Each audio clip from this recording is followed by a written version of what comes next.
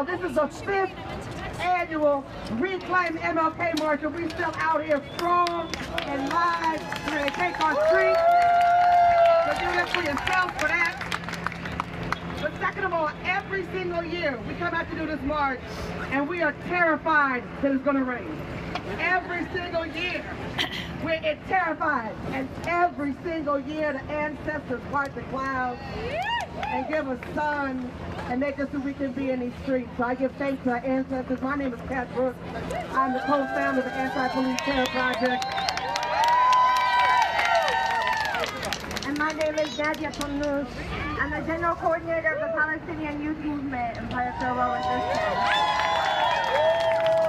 And we will be your MCs for today, so I want to just give a brief rundown on how today is going to work. We have a short program here, and we've got 4 stops on our march. Y'all will figure out the significance as we go. We're going to OPD, we're going to the courthouse, we're going to say hi to Sheriff Ahern, then we're going to the park board, and we're back here. Once we come back here, We're going to have a People's Assembly and programming from 3 to 5. We're also going to have a People's Concert. So please do come and please do participate. Talk with your community. Be involved in the fish bowls that are going to be taking place around the different issues that are facing us as the people of Oakland today, and the things that we need to build together in order to be able to have a stronger community and a plausible future. We've been building a movement, and that movement exploded over the last 6 months. We built our people's agenda. We came together on people's demands, and we have every intention of having those demands met. Around housing, around education, around clean air and water, around prevention, not criminalization, right? Around standing for our teachers. We have people's demands, and so this is Reclaiming King's Radical Legacy, the People's March. The what? The People's March. The what? The people. The what? The People's March. If you need to sit down, if standing is not a thing or okay for you, there are chairs here. If you're not able to make the march, we have access cards. If you need to ride, please come and get in an access card. There are bathrooms over there. Our security has on green vests because who keeps us safe? We keep us safe. Who keeps us safe? We keep us safe. So if there's an issue on the road and you need help, please approach someone with a green vest, not a person in a black and white car. Deal? Deal? So if the babies can come up front, if our people of color can come up front, we're going to get this program started because whose streets? Our streets. Whose streets? Our streets. Whose streets? Our streets. Oh, one last thing I forgot to mention. At 5 o'clock. Mic check, 1, 2, 1, 2. Mic check, 1, 2, 1, 2. I got so excited I turned it off. One thing I forgot to mention is that at 5 o'clock, after the concert with Jen Johns and Gina Madrid and YGB and all those folks, at 5 o'clock, an organization called Led to Life will be in the plaza. That machine, that big contraption you see over there, will be melting guns in honor of those of us that have lost folks, as a community that has lost folks to street and state violence, even though we know all violence is state violence, right? All violence is state violence. The Second Amendment. So thank you so much to Abundant Beginnings and the babies for kicking us off. We're going to go into our second part of our program with our very first speaker. It's going to be Carlos Martinez from the International Migrant Alliance. Please make some noise, y'all. Hey, y'all. Let's hear it for Martin Luther King's Radical Legacy. Let's hear it for APTP and Third World Resistance. Thank y'all for inviting me to be here today. My name is Carlos. I am one of the many hundreds of folks who have been going to the border recently, going to Tijuana, and showing support and solidarity with our asylum seeker communities coming from Central America. How many folks here have actually gone to Tijuana or any other city recently to show support? Raise your hands. I want to see some hands. No, not too many. There's a few hands.